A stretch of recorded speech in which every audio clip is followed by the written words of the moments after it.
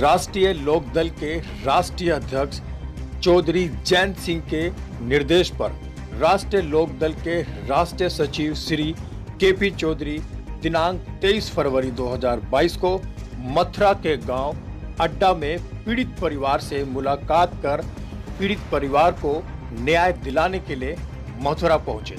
आगमन पर मथुरा के कार्यकर्ताओं द्वारा श्री केपी चौधरी जी का भव्य स्वागत किया गया। इसके बाद श्री केपी चौधरी राष्ट्रीय लोक दल के जिला कार्यालय पहुंचे, जहां पहले से ही राष्ट्रीय लोक दल के सभी राष्ट्रीय क्षेत्रीय मंडलीय पदाधिकारी मौजूद थे।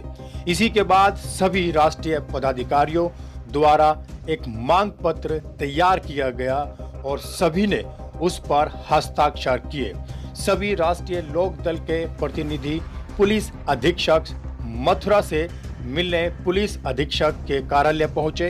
श्री केपी चौधरी जी के नेतृत्व में सभी राष्ट्रीय पदाधिकारियों द्वारा ज्ञापन पुलिस अधीक्षक ग्रामीण को सौंपा गया और पुरजोर मांग की गई कि पीड़ित परिवार के साथ न्याय किया जाए और दोषियों को जेल भेजा जाए।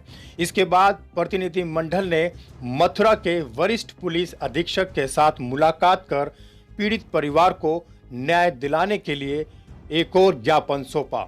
उसके बाद राष्ट्रीय लोक दल के सभी पदाधिकारियों ने गांव पहुंचकर पीड़ित परिवार से मुलाकात की और प्रशासन से यह गुहार लगाई कि परिवार को न्याय मिलना चाहिए। नमस्कार, इस वक्त हम लोग मौजूद हैं मथुरा की नगरी में गांव अड्डा के बीच में। पिछले दिनों आपने देखा होगा सोशल मीडिया पे तस्वीरें, कुछ वीडियो वायरल हुई हैं जिसमें दो पक्षों की आपसी चुनावी मुद्दों को लेकर झगड़ा हुआ है, मारपीट हुई है। आज उस गांव के अंदर मौजूद हैं पीड़ित परिवार के पास और जानेंगे आखिर मामला क्या था, किस बात को लेकर यहाँ झगड़ा हुआ और क्या वो बात रही। और यहाँ पे तमाम जो है आरएलडी के राष्ट्रीय सचिव भी यहाँ केपी चौधरी साहब भी मौजूद हैं, पीड़ित परिवार से मिलने के लिए आए हैं। और सबसे पहले पीड़ित परिवार से जानने की कोशिश करेंगे कि मामला कब का है और क्या हुआ था। सर, नाम के साथ बताइएगा अपना। मेरा नाम गोविंद है जी। गांव अड्डा है मेरा जी। मैं बसपा का कार्यकर्ता हूं और बहुत दिन से मैं बसपा का ही काम कर आ रहा हूं। यहाँ हमारे दो गांवों ने मिल करके एक लोक दल को वोट डालने का गुट बनाया। मेरे पर भी दबाव आया कि आप भी भाई लोक दल की वोट दो। तो भाई मैंने कहा मैं तो वोट नहीं दूंगा, मैं तो बसपा का कार्यकर्ता हूँ। वोट भी इन्होंने गलत सलत डाली, लेकिन हमने दबाव के मारे कुछ नहीं कहा। फिर वोट डल गई। उसके बाद मेरी बेटी की शादी थी 18 तारीख की। मैं अपनी बेटी की शादी में जुड़ गया। शादी को संपन्न करके, शादी भी शौक में की थी मैंने, बहके मारे। फिर हम यहाँ शादी को कर करके यहाँ घर आए। घर बाहर बैठे दो बेटे राहुल और बॉबी पर जानलेवा हमला कर दिया। हम सब लोगों को, औरतों को खींच के दगरे में डाल के लाठी, डंडे, फरसा, राइफल वगैरह सब धारदार हथियार से हम पर प्रहार किया गया। चुनाव तो 10 तारीख को था यहाँ पे और आप कह रहे हैं कि शादी जो है 18 की थी। हाँ जी, मैं शादी में जुड़ गया, नौते भी दे रहा हूँ। मुझे उनको मौका नहीं मिला पीटने का। जब मौका मिला जब पीट दिया उन्होंने।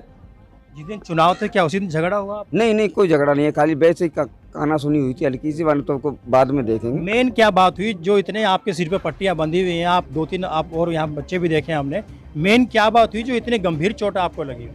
उन्होंने मारा कि साल नल पे क्यों वोट ना दी, हाथी पे क्यों दी वोट, वो कौन सुधर करके हम कौन लोग हैं ये यहाँ पे? ये जाट हैं गाँव के। क्या नाम है इनका, नाम बताइए। एक का रोहतास है, तिल्लो की है, पहलाद है। कितने लोग थे जो हमला करने आए? ये 7 लोग थे। तो गिरफ्तार हुए हैं? गिरफ्तार नहीं, एक भी गिरफ्तार नहीं हुआ, कोई गिरफ्तार नहीं हुआ। FIR दर्ज है आपकी? हाँ है FIR। पुलिस क्या कहती है इस मामले को? पुलिस कहती है कि कर रहे हैं, ढूंढ रहे हैं, अपने काम में लग रहे हैं, पकड़ेंगे, प्रयास कर रही है।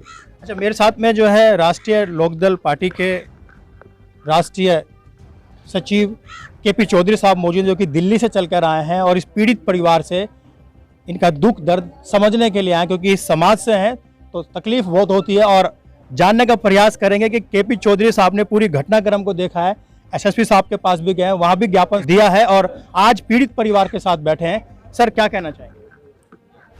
देखिए, भारत का संविधान सबको बराबरी का अधिकार देता है और जिन लोगों ने भारत के संविधान का उल्लंघन करते हुए हमारे अनुसूचित जाति परिवार के साथ ये मारपीट की घटना जो हुई है, घायल किया है, वो निश्चित रूप से निंदनीय है। राष्ट्रीय लोकदल के राष्ट्रीय सचिव की हैसियत से मैं इसकी निंदा करता हूं और प्रशासन से मांग करता हूं कि इसमें दोषी लोगों को तुरंत पकड़ा जाए, उन्हें जेल भेजा जाए और जिन लोगों के साथ ये अन्याय अत्याचार हुआ है उनको न्याय देने के लिए न्यायिक प्रक्रिया को उसमें तेजी लाई जाए, जिससे कि ये जो अब आए दिन यहाँ पर जो एक भय का वातावरण बना हुआ है, जो एक विश्वास में कमी आ रही है, वो विश्वास का वातावरण जो है मतलब कायम हो, सब लोग अमन चैन से इस गांव में रहें, भाईचारा कायम हो, सब लोग अपने अपने काम में अपनी जो भी उनकी दिनचर्या है उसमें दिनचर्या में अपना व्यस्त होकर के वो अपना मतलब ये है कि इस भयमुक्त वातावरण से बाहर निकलें। तो मैं पुलिस प्रशासन से ये मांग करूंगा कि दोषी लोगों को तुरंत पकड़कर जेल भेजा जाए और जो लोगों के साथ अन्याय हुआ है उनको न्याय दिया जाए। सर, इतने सालों के बाद भी बाबा साहब ने जो संविधान में लिखा है वोट डालने का अधिकार, उसके बावजूद भी आज गांव की दशा जो है वो बिल्कुल वैसी दयनीय है।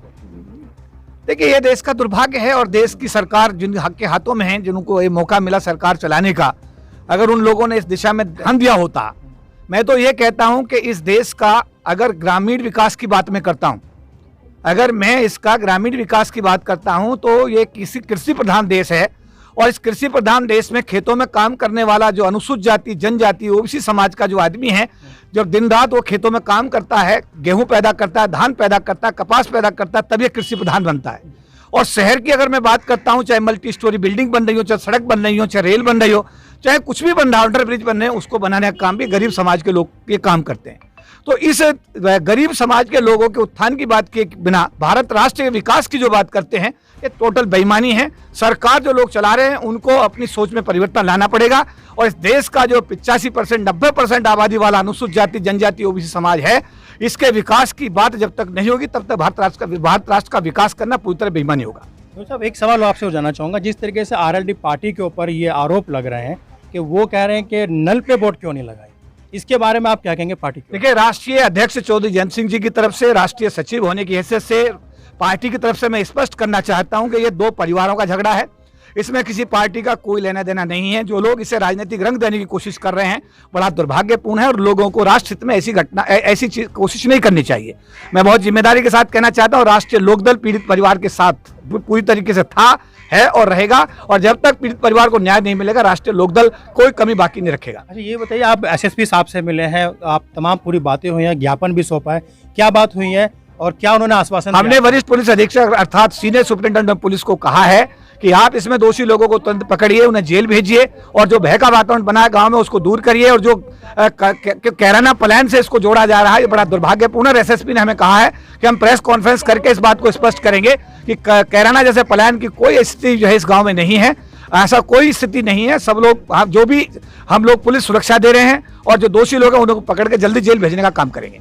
क्लियर है कि कोई भी हो, किसी भी दल से भी हो, राष्ट्रीय लोकदल जो है इस बात से कहीं समझौता नहीं करेगी और जिन्होंने ये काम किया है, इस तरह की बात की है, उनको जो है सजा देने का काम करेगी। शुक्रिया।